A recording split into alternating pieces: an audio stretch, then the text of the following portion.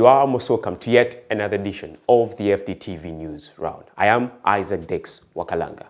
Now, feel free to like, subscribe, and follow us on all our social media platforms. That is Faraja Television on Twitter, Facebook, Instagram, and LinkedIn.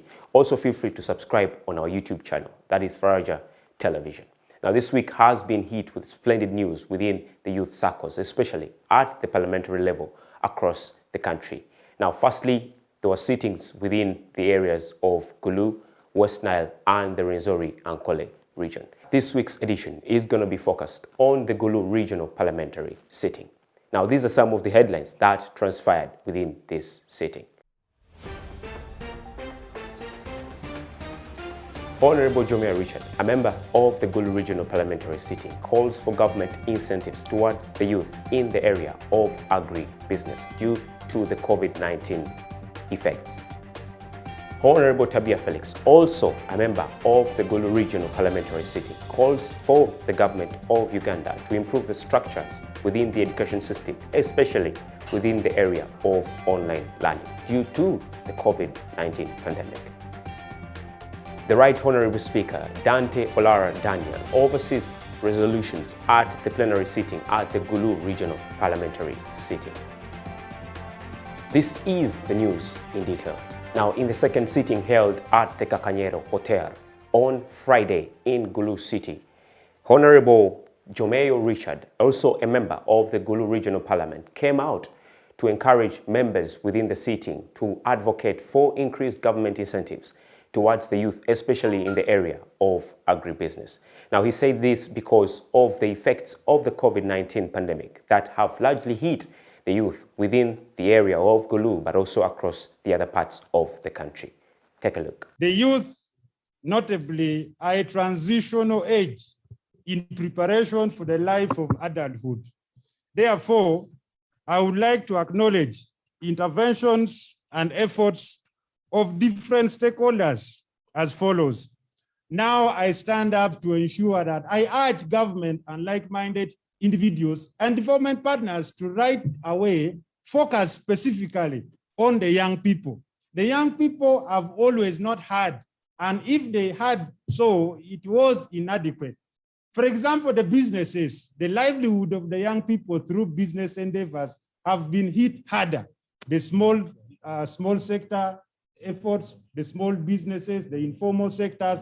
Now, sticking with the Gulu parliamentary sitting that was held on Friday, Honorable Tabia Felix, also a member of the Gulu parliamentary sitting, came out to advocate for increased funding for the education system within the country, especially to improve the online studying system that has shown that it's really important, especially within this period, but also post-COVID-19. Now, the Honorable Tabia Felix called for an increased funding within the systems of learning within the country.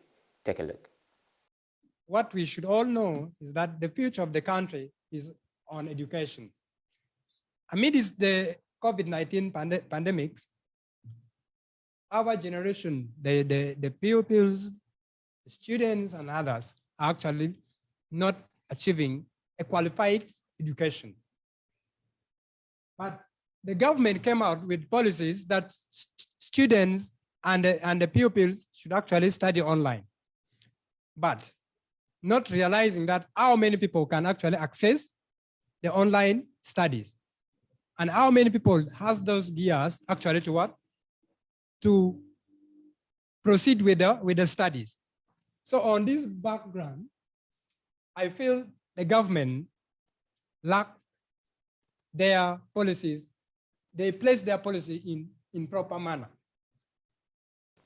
Now, sticking with the Gulu question, after plenary resolutions were made under the guidance of the Right Honorable Speaker of the Gulu Regional Parliament, the Right Honorable Daniel Dante Olara.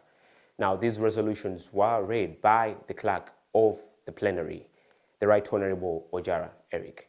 Now, these resolutions will be later presented at the National Parliament within Kampala. Take a look. Had our youth parliament session go through, and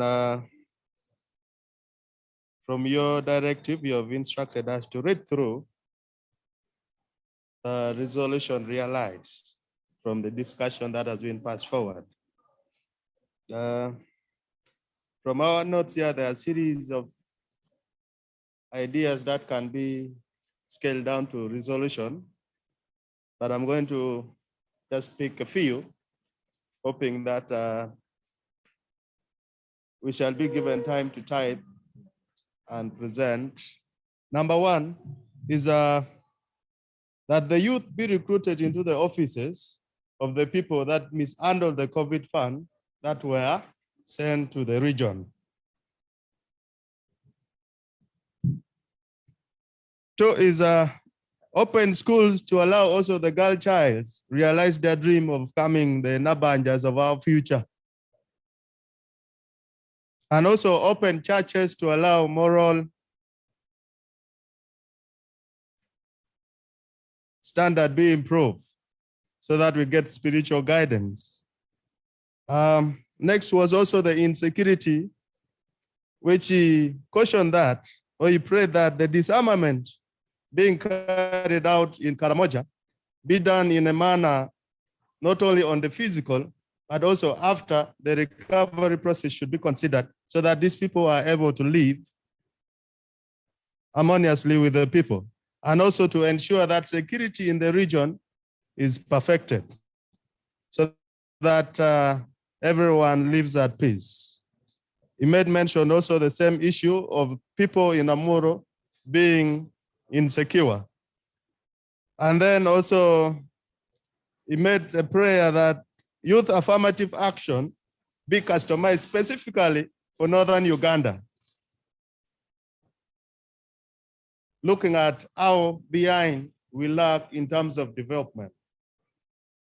And then lastly, he also made a prayer that we should also, all the youth in the region should also be allowed to experience youth-friendly services in their community. Thank you for sticking with me. Now moving to the sports news. Former KCCA player, the Dancing Rasta, his nickname, Alan Kateriga, has joined DRC Football Club team known as Eloy Lapopo. Now he's joined the club on a 2-year deal. Now the player has been without a club for the last couple of months and has welcomed this opportunity to join this DRC Football Club. Express Football Club, the champions of the Uganda Premier League, have begun their preparations for the CAF Champions League, and their first session being conducted on Friday at the St. Mary's Stadium at Chitende.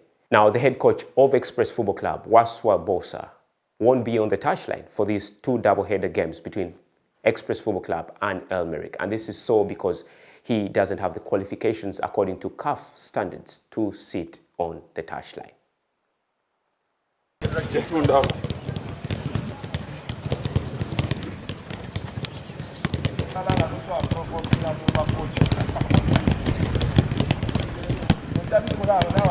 Sticking with the local sport, Uganda was held to a goalless draw with Mali at the St. Mary's Stadium in Chitende.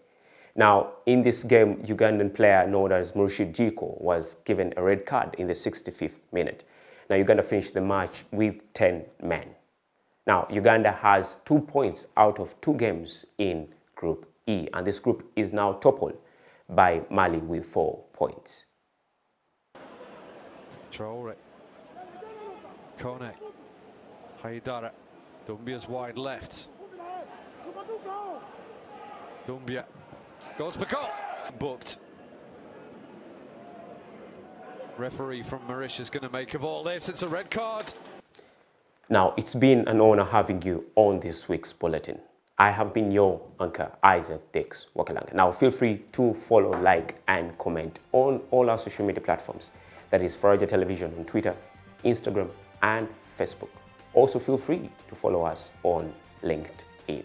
Also, feel free to subscribe on our YouTube channel, that is Faraja Television. Now, feel free to catch me next time on yet another edition. Bye.